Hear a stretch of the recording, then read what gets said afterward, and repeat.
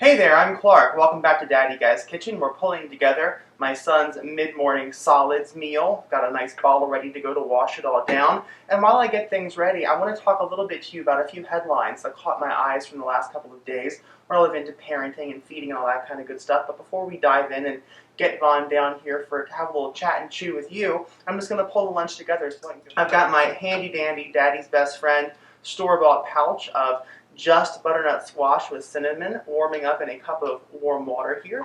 I have some homemade quinoa that I made a couple of nights ago that I keep on hand. I'm finding quinoa is really a great alternative to those more traditional rice and grain cereals you find.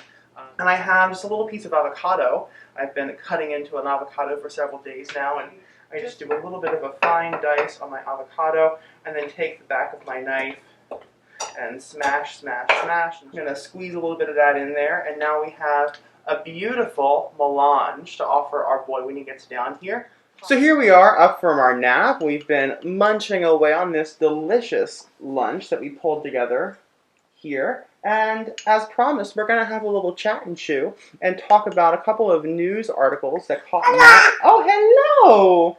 A couple of news articles that caught my eye vis-a-vis my quest to be the best parent on earth. The first was something that the Today Show Moms posted this morning, I believe, and it was in response to a research study just published out of the University of Iowa. And the headline on this article was that messier baby may be a branier baby. And it turns out this was a study basically on linguistic development, trying to figure out how kids are optimized to learn how to describe things. So not just being able to identify that this is butternut squash, but knowing that butternut squash is mushy and gloppy. The research basically suggested that kids have to be able to get messy with this stuff and actually experience it to understand how to describe it. That if you just give kids oatmeal in a bowl and say don't touch it, they're going to know it's oatmeal, but they're not going to be able to describe what oatmeal is like. And of course we want that. So the big takeaway here is, and this is not a shock to anyone, or at least it shouldn't be, you got to let your kids get messy with stuff, play with things, really experience things in order to fully be able to understand what they're having here. But the piece of this research that really I found intriguing was the fact that kids had an easier time describing these things with greater detail and creativity when they were in a high chair, as opposed to a dining table or a sofa or some other place where making a mess isn't necessarily as condoned as it is here in this kind of pro-mess environment. So the point is, if you want your kids to get messy and learn about this stuff, you've got to give them a good space to do that.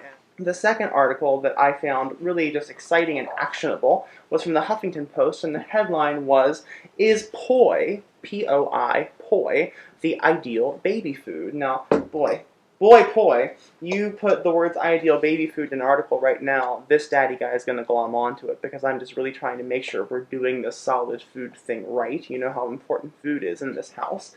And so I kind of jumped on this poi thing. Turns out that this staple of Hawaiian cuisine for goodness knows how long now, might be the perfect baby food. It's hypoallergenic, which is so important right now that we're not introducing allergens at a young age, maybe sort of starting off the cascade of allergy issues throughout a life.